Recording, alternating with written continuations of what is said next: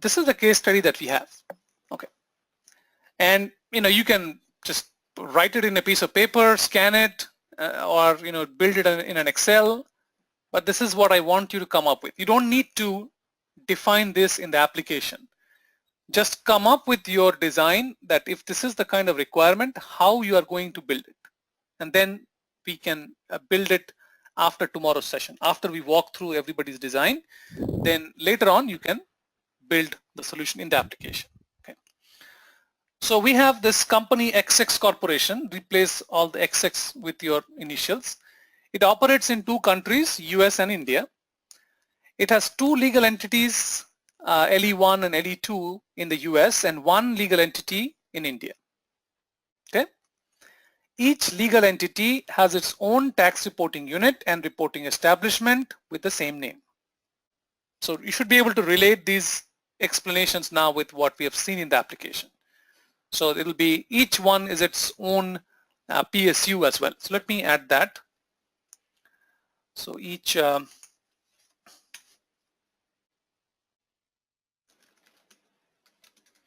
legal entity is its own legal employer and PSU. So now you should be familiar with these terms. We're going to frequently use terms like PSU, that is payroll statutory unit, LDG, which is the legislative data group, BU for business unit. So Fusion uses a lot of acronyms, so start getting used to those. So each is its own legal employer and PSU. Each is its own tax reporting unit and reporting establishment, same name. Has the following business lines in the US: sales, marketing, consulting, and support group. So support group consists of HR and admins and accountants. Sales and marketing belongs to legal entity 1. So we have 2 legal entities in the US. Okay. So sales and marketing belongs to legal entity 1. The rest belongs to legal entity 2, which means consulting and support belongs to legal entity 2. It has the following lines of business in India. It has software development and support. So support is there in every country. So software development and HR admins, so group, they both belong to the same because they're only one legal entity. Okay, but they have 2 business lines. US sales has the departments S1 and S2. Marketing has 2 departments, marketing 1 and marketing 2. Consulting has 1, support group has 1. Similarly, these are the department structures for India. So this is a simple architecture that I want you to think and come up with, considering all the factors, and then we will see how we can build it in the application.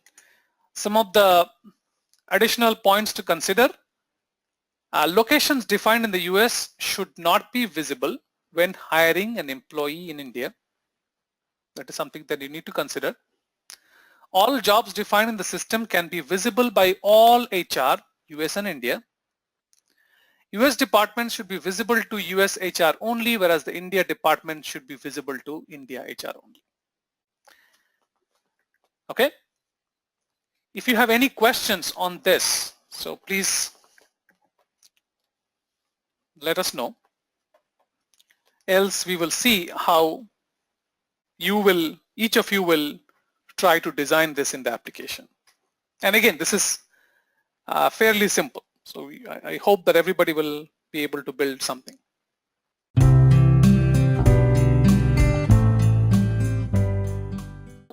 Let's try to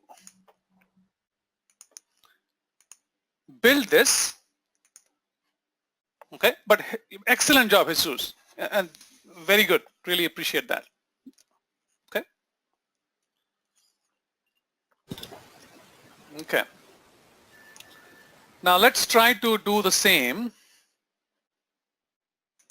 and see what we all come up with together. Okay. So we know that the top, first we have to have an enterprise. Okay. So I'm going to try to talk and map these different components that we have in terms of fusion terminologies. So we have,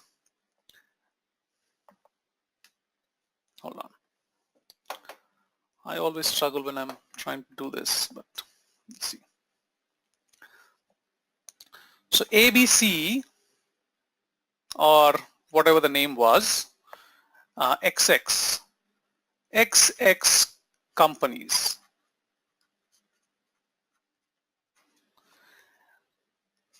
So we know that this is the parent company, the main company.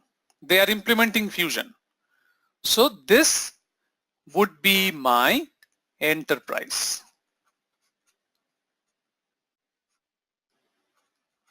Okay. So I can use the delivered. So when you get fusion, there is a delivered enterprise. It is called setup enterprise. We cannot create a new enterprise. We will rename this to this, XX companies, or whatever the company name for your client. Okay. So we have identified that this is the enterprise that we need to build. Next, we said we have 3 legal entities in total. Okay. Now we have, but before that we have operations in US and in India. Like Jesus said that those are countries. Okay. So the countries we will not be able to, like, that's fine. I mean, we don't configure countries. It's there. So from a configuration standpoint, what we're going to do, we will define them as divisions. So USA and India.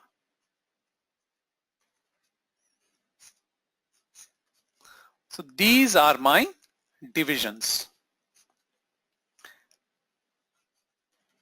Okay.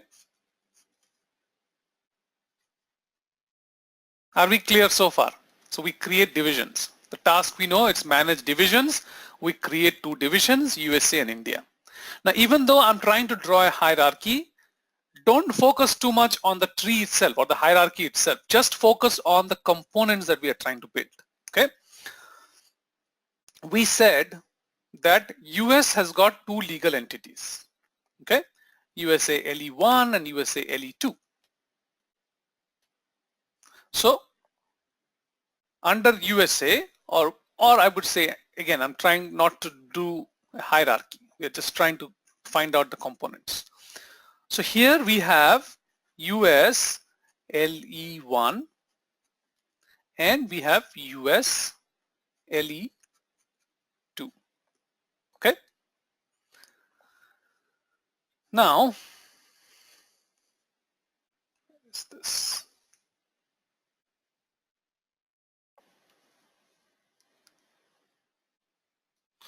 Okay. Now these are the legal entities.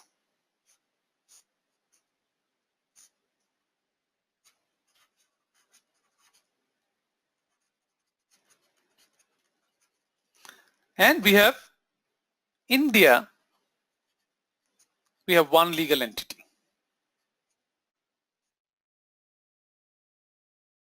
So this we have to define as legal entities. Legal entities, because that's my configuration. I don't define legal, like I said, I don't define legal employer. I classify something as a legal employer. I don't define payroll statutory unit. We classify the legal entity as a payroll statutory unit.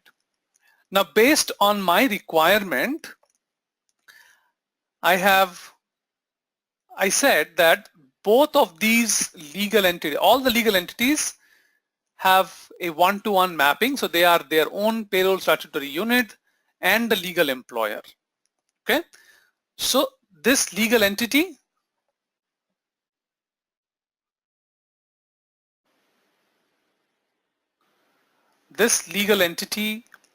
is a PSU, which is a payroll statutory unit, it is a legal employer.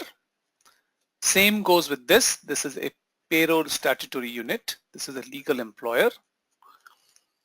And also this one. This is also a PSU and a legal employer. Okay, are we good so far? Okay.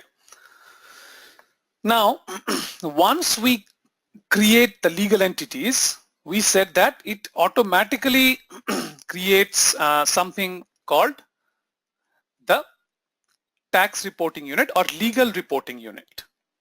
So when this US LE1, US LE2 and India LE1 legal entities are created, what that will do,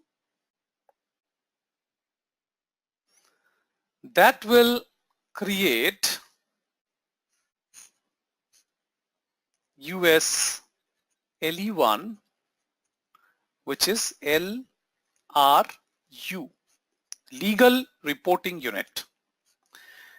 When you create this legal entity, what that will do, it will create US LE2, LRU. When you create this, this is going to create India LE1. Okay, again, this is LRU.